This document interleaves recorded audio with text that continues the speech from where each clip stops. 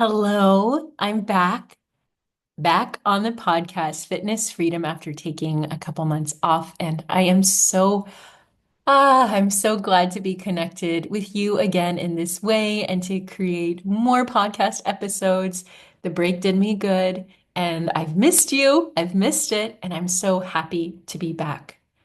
I have a lot of ideas and exciting things for the months ahead, so continue to stay tuned. And I want to say thank you to those of you who did listen to my podcast episodes, even when I wasn't putting out new content. It's the beauty of creating a body of work that can be accessed even when I'm taking a little bit of a break. So it's Tuesday morning, my typical podcast day, and it's sunny outside.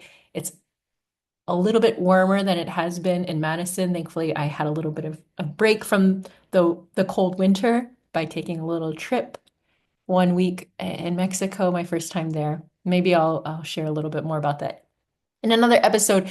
But you're probably listening to this podcast because you're interested in discovering more freedom in your fitness with your body. Maybe you're curious about me as a person, or maybe we're connected in some way in our work. Either way, I'm going to share with you one unexpected sign of true freedom with fitness and food. And I'm going to give you 4 ways you can cultivate it in your own life. So if you're anything like me, or like most humans, there are statistics out there that show that most of us have some level of body dissatisfaction that we might turn to weight loss or body recomp to deal with that body dissatisfaction, especially those who identify as women, those who are queer, those who are people of color, basically those of us who are not in the quote unquote standard straight white male, cis male. Okay. So that's a lot of us. And it's probably you if you're listening to this. No hate to the cis straight white males out there listening to this as well. You're welcome to listen with open eyes and ears. Uh, yeah, so this affects us all, and I've talked about it in the podcast. And if you're a living human, breathing being, you probably know this as well. And unfortunately, it has affected some of us more than others in the form of disordered eating behaviors. Even if we have never been diagnosed, as most eating disorders do not go diagnosed. Statistics show this, especially with people of color. Unfortunately, sadly, even if you haven't been officially diagnosed, the fitness culture, diet culture, the world that we live in, the messages that we're getting, even when our subconscious is picking it up and our conscious is not, is that there's something wrong with our bodies and we need to fix it. And that can cause so much misery, so much loneliness, so much pain, so much, so many feelings of unworthiness. And it's a journey to undo that. And that's why I do the work that I do. That's why I so gladly show up and boldly share, is because I doesn't have to be that way. It doesn't have to be that way. There's a way out. And it starts with, it is a systemic issue, but it starts with each individual taking full claim of their power and their ability to choose their lives and making changes one at a time. And so I want to help you do that today. And so this unexpected sign of true freedom with fitness and food, it's simple and maybe it seems obvious, but when you're in the throes of, being obsessed with food or exercise or even trying to recover from it or trying to heal from it or trying to feel more free with your body, it might seem like a long shot. It might seem like a distant goal that might not be possible for you, but I want to show you how good it is, and I want to show you that it is possible for you. And I'm going to give you 4 actionable tips. So I'll stop beating around the bush. This is how I am. Ask me about my day, and I'll give you 3 side stories, and then I'll tell you the point of what you asked. So that's how I talk. Thank you for your patience. Here I am. Okay, so the one unexpected sign of true freedom with fitness and food is to think about it less. For it to take up so much less space in your mind and in your body. And this is something that I've been noticing lately. The mo more that I relax, the more that I accept my body, the more confident I feel with how I'm eating, how I'm exercising, how I feel in my body, the less space it takes up.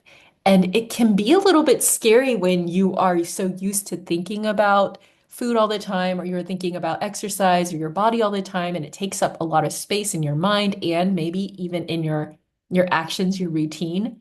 Maybe even your work is related to fitness and health. I know that a lot of us who struggle with it tend to work in it. Hello, here I am. This is me. And maybe you can relate to that. But one sign of a lot of growth and healing is that it takes up so much less space, so much less importance in my life and in my mind. And this is a good thing. This is a good thing.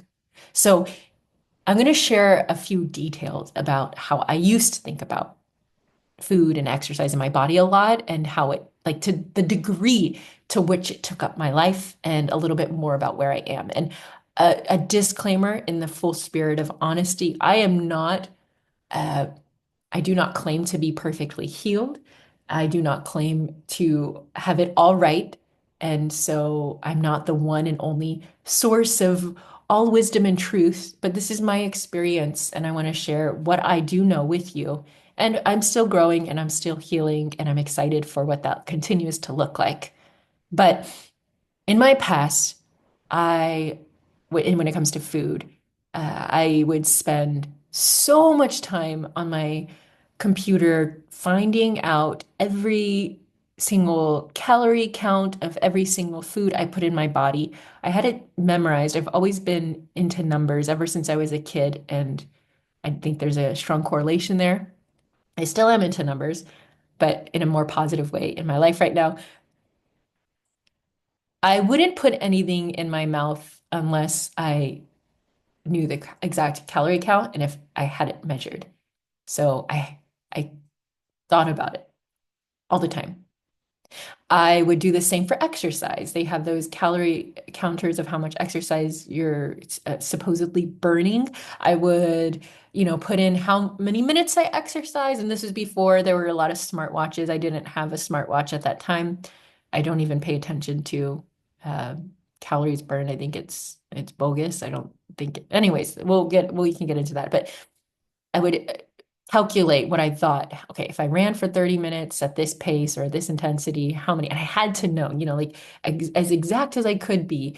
And I would, like, do those checks and balances. I had to plan out, there were times in my life where I had to plan out the perfect workouts for the week. I had to make sure that I was doing a certain amount of time. Otherwise, I wouldn't feel like it was a good workout. It had to be a certain amount of intensity, or I had to hit certain numbers in order for me to feel like it was a good workout. And so there was a sense of stress before working out where it was like, okay, I got to do it. I got to do it. I got to get to this goal. I got to get it. I got to get to this goal. And my days revolved around hitting these goals. I would constantly think about my next meal because I was hungry, because I was food obsessed, and I don't blame myself for that. That's a biological response when you are hungry or underfed, is you're constantly thinking about food. And that is a good sign that you may need to eat more, by the way. I counted and recounted calories in my mind. And with my body, I would constantly check my body in the mirror. I still check myself out, but more often I smile. I'll get into the future. I'm jumping ahead of myself. I constantly checked my body in the mirror. I would obsessively scrutinize pictures of my body. And I had this fear that, like, I was getting worse and worse and worse and worse. And my body was devolving and I was losing everything. And all of my progress, and I was gaining weight for sure, and I was so terrified that I had to constantly check these pictures.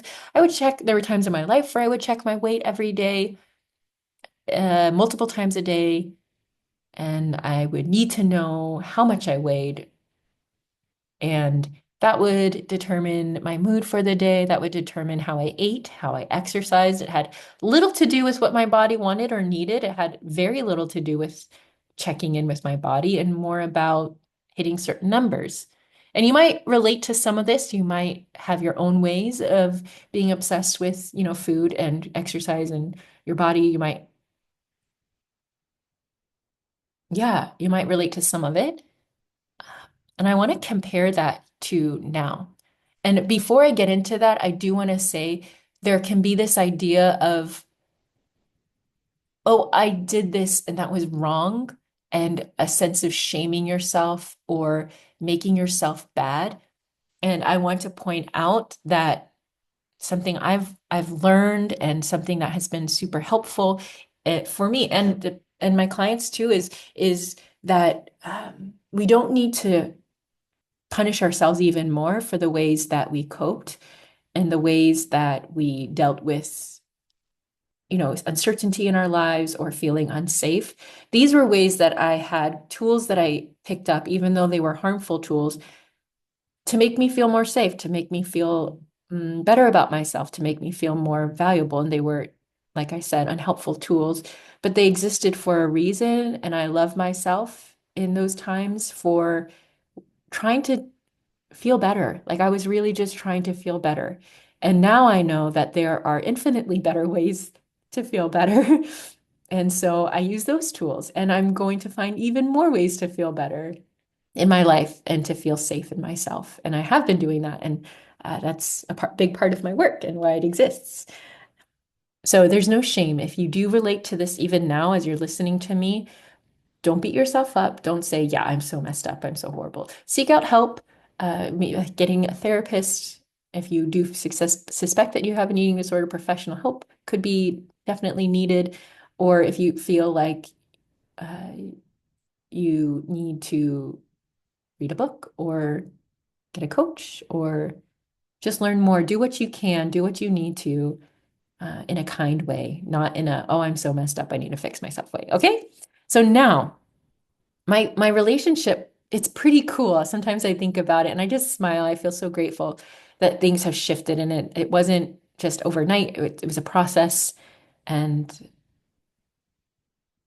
it took some trial and error. But I think about food now. So now I think about food in terms of having energy for my day. Sometimes it's almost to the point where it's like before, food was so ritualistic and so deliberate and so controlled. And now it's kind of like, I gotta eat. Okay, I gotta make time to eat, and I have to make sure that I remember to eat because I have energy needs and my body needs food. And I think of it more in that way than in like, I'm going to plan out intricately each detail of my next meal. And it's more, a little bit more based on need and my energy needs for the day. I think about timing with my schedule. I think about convenience with my priorities. So sometimes I don't have a quote unquote perfect meal, and convenience is more important to me at that moment than it is to have like the healthiest possible meal. I also think about getting enough nutrients, and I've been noticing that I haven't been eating as much lately, been really busy. And so I'm looking to shift that, eat a little bit more, making sure that I'm getting the nutrients that my body needs. That's something that's been on my mind. I think a lot about what I crave. So, hey, what are you craving? What sounds good to you? Like, do you want a dessert? Do you want some fruit? Do you want a little snack? Does something salty sound good to you? And I'll plan my meals based on what I'm craving. I allow myself to eat what gives me joy.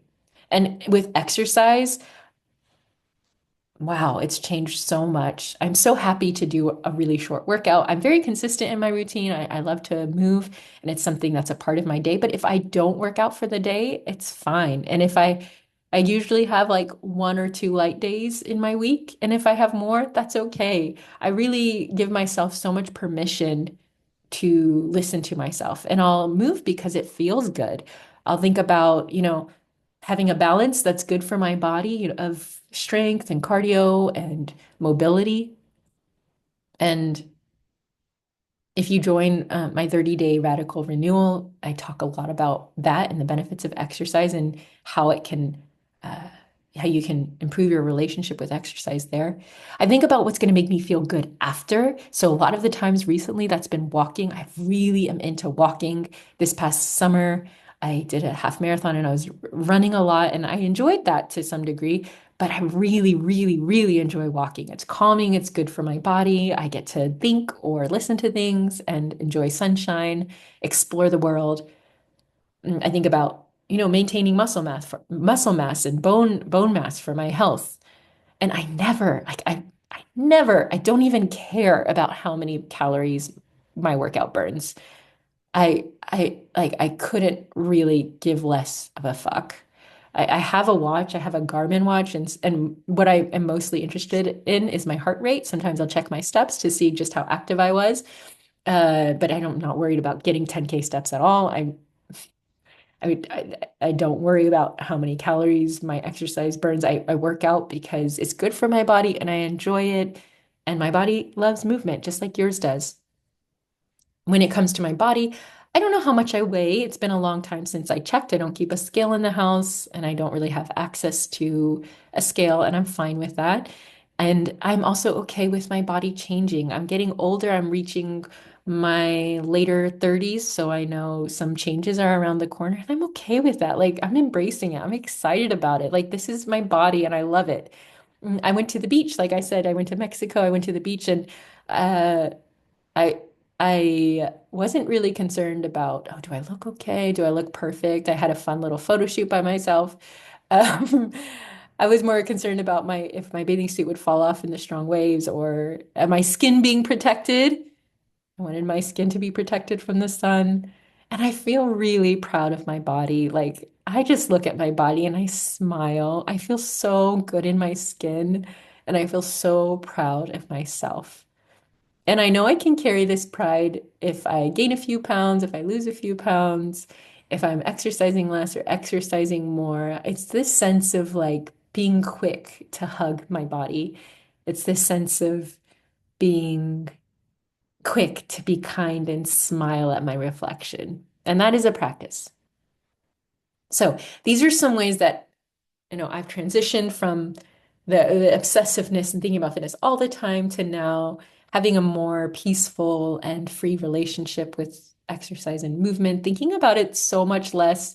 I have the habits in my life, and this is at one point I want to make before I share the four things that can help you make fitness less in your life. I have habits, and this is, I mean, in the 4-H method, which is the foundation of my work, or I guess the structure, the blood flow of my work, is it starts with hope, which is you are worthy and you are powerful. And it has to start there. Most places start with, okay, most fitness programs start with like, okay, what do you need to do? And the 4-H method starts with who do you want to be and who are you already? And we start there with rest in the 4-H method. And then it goes on to habits. And habits are crucial. Habits are so, so important. You already have habits in your life, so it's not like you have to pull something out of thin air. You just got to make a few shifts a few simple shifts in your life and stay at it until it becomes natural and it becomes like a no-brainer.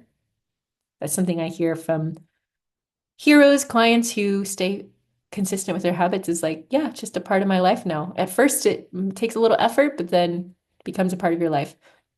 And I want to point out that because I have these habits where every day I remind myself, what am I going to do? How am I going to move for my body and love? Or I practice some things I'm going to be sharing with you, one of these four things, the fourth one. I do that every single day. And so because I have these kind of structures in my life, I don't have to think about it and it just happens. And I fill that structure or that container with what I need for the day or with what is happening in the day. And that has been so helpful. So if you want to learn the 3 simple ways to build any healthy habit, you can go to uh, my website. I have, or at my link tree on Instagram, I have a healthy habits guide. Super simple. You can download it, get it in minutes. So there you go. Habits are super important.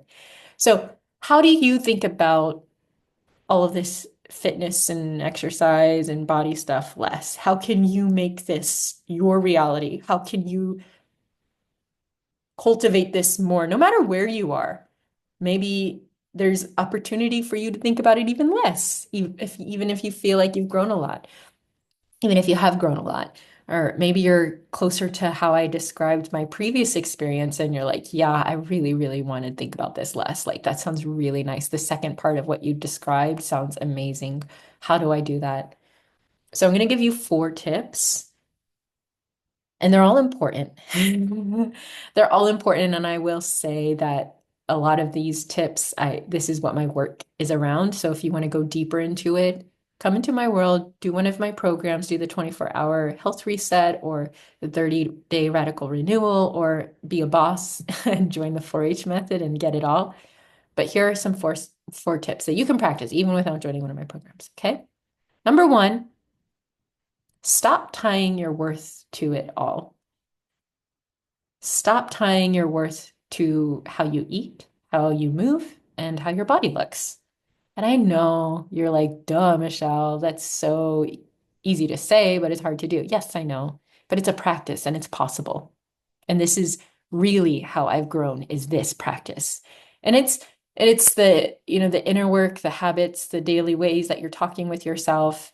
But it starts with a decision to say, you know what, I'm done with this. Like, I'm really done. And it doesn't mean that everything is going to change instantly when you make that decision, but you've shifted. You've shifted into a new path. It's like you've gotten off one path and you're like, I'm done. I'm going to start a new path. And you walk off that path and you maybe wade your way through a little bit of bramble, and then you find a new path and you're like, fucking, I'm going to create this. Like, I don't know how it looks, but I'm so done with that old path that I'm going to do this one. And I know it's going to be good.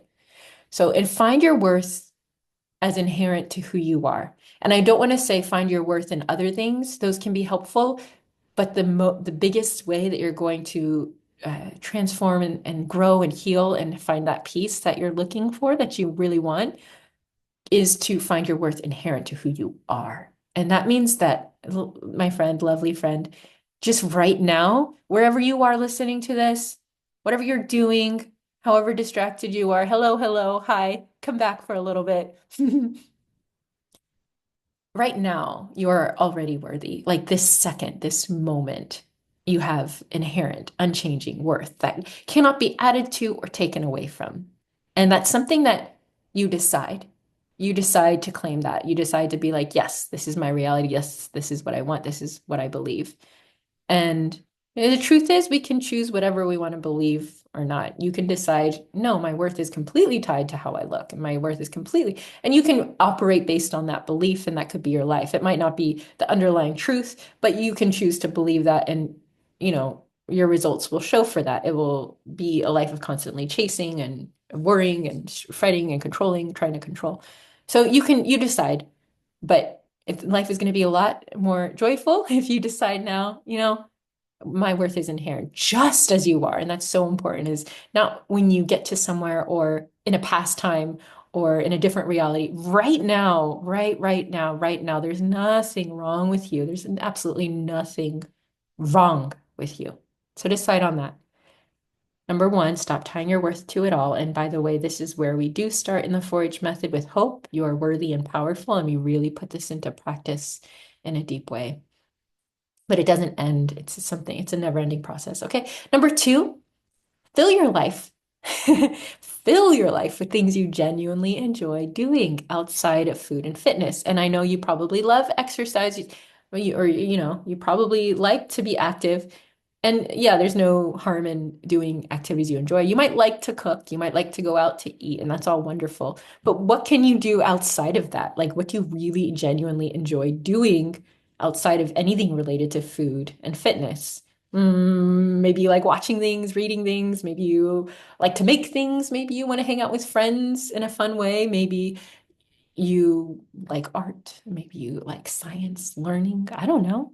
Stock markets. What do you enjoy? Cars? I'm just thinking of random things. Anything outside of food and fitness. Don't put pressure on yourself, because I've been there where I'm like, okay, I gotta find something I really like, or oh, I'm wrong. No, but don't put pressure. Don't put pressure on yourself. Just genuinely start looking outside of food and fitness. Like, turn your gaze from this whole fitness thing and look outside and be like, oh, there's a whole world out there. What do I want to explore? And go with what like pulls you. This is also part of the 4-H method, by the way. All of this is. Number three, before I get into number three, because when you do that, you realize like, food and fitness isn't everything. It's of course it's a part of our lives. We have to eat daily and we have our bodies move naturally from place to place. But there's so much more to life. And there's so much more to life. And find things that you genuinely enjoy, not think you should enjoy, okay? Number three, practice relaxation in general. So relax more. Just find more space in your life. Create more space in your life. I'm not going to say find it. I'm going to say create more space in your life to relax, to do nothing, to have no plans. Maybe it's a day, maybe it's an evening, maybe it's a whole week on vacation, maybe it's a weekend. Figure out wherever your situation is, because I know it's difficult, more difficult for some than others. I really know that. I believe it if you say it is difficult for you, but you have to decide, no, I need to make space for myself. And a part of that too is moving slowly. Just slow down your walk, slow down your movements. You might think that you'll be less productive, but you'll actually get a lot more done, a lot more peacefully when you slow down. So instead of rushing from thing to thing or, yelling, "Oh, and this has to happen and this," and being distracted by your phone, just like slow the fuck down. Listen to my podcast episode. Slow the fuck down if you need some inspiration. Wherever you are, whatever you're doing, it's a really nice way to just like come into the moment. So move slowly. It might not seem related, but practicing relaxation in your life, it makes everything feel less urgent and it makes food and the whole fitness and body thing just feel less activating. So relax, relax, relax. And number four, practice gratitude. And I want to do a whole episode on just this and how I've noticed that those who practice gratitude and are more positive towards events and their own power in life seem to grow and heal more. That's just something I've noticed. But practice gratitude. This is also a part of the 4-H method, something that I practice every single morning. One of the first things I do in the morning is I just write some things that I'm grateful for every single morning. And it really starts my day off in this beautiful way. Focus on what is good. Like even in the rough things, like things that don't seem to be working out, feel grateful for those people, feel grateful for those situations. It's a practice and an attitude. I've been severely depressed in my life and I've experienced severe anxiety. And so I know what it's like for everything to seem hopeless and miserable. And I don't want to oversimplify depression and anxiety or any mental health issues, and that's beyond my scope. But I do want to say from personal experience and observation that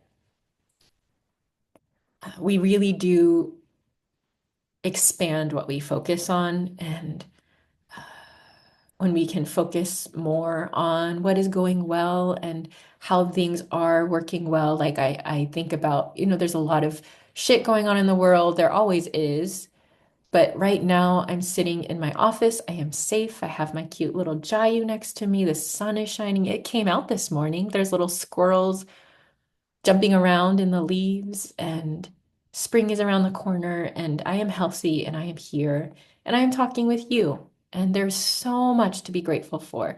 There's always a lesson, or a gift, or a miracle, or a message for you in what you're seeing. And if you can open your eyes to see it, then it's so beautiful and good. And those little, like how many calories does this banana have? Or how many how intensely did I work out yesterday? Did I do enough? Like those things just kind of fade when you focus on gratitude. And I know all of this, you might be like, oh, this sounds like so much, or this sounds like I got to be perfect, or there's so much I need to focus on. Just pick one that stood out to you, maybe, or little bits here and there. Maybe listen to this again, especially this last part, and use it as inspiration, motivation, encouragement, because when you do fill your life with so many good things, when you know that you're worthy and you practice gratitude, as unrelated as it might seem to food and exercise and your body, it can't be tied apart. It can't be broken apart. It's so connected. And when you do these things, it all just takes up so much less space in your life. And that is true freedom. That is true freedom. And that is what you deserve. I would love to hear from you. Any thoughts about this? You can connect with me in the show notes, one of the links in the show notes. And I hope you have a beautiful, beautiful day.